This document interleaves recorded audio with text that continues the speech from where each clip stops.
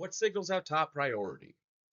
And this is a topic that, if your fire alarm system is just a fire alarm system and nothing else in the building, not a big deal. But when you start looking at other systems being tied in, this can be a complication.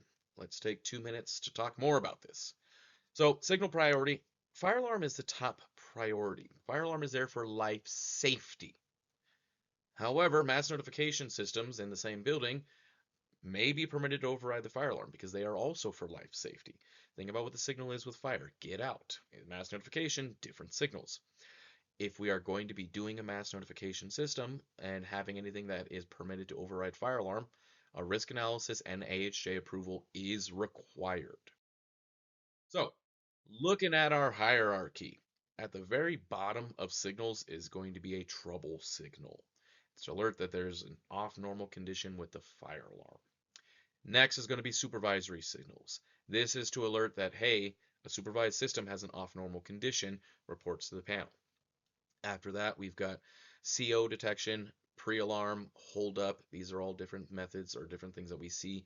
They are going to be next in line above supervisory. After that, emergency communication systems falls into play with their signals. And then at the very top, we've got fire alarm and mass notification. Again, mass notification gonna need to have AHJ approval. It can override the fire alarm signal, but it's gonna need approval for that. With conditions, some are going to be required to detect and signal.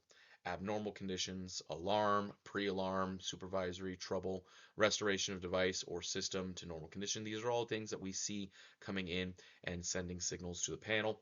Depending on what it is, its priority is going to fall either trouble, supervisory, alarm, whichever of those it looks at. But then again, we also have mass notification, which can have an override over fire alarm particularly. Now, we utilize distinct signals. Signal from a system must be distinct. Responders have to be able to distinguish the type of signals based off of what the sound is. CO signals must be distinct from fire alarm. Fire alarm signals are distinct from all other signals. For fire alarm, we use a temporal 3 pattern. It's half second on, half second off, half second on, half second off, half second on, 1.5 second pause, and then it restarts.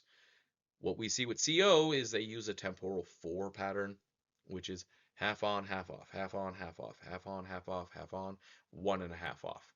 And when they activate, we know from the sound of the fire alarm, because of that signal, it's fire versus anything else.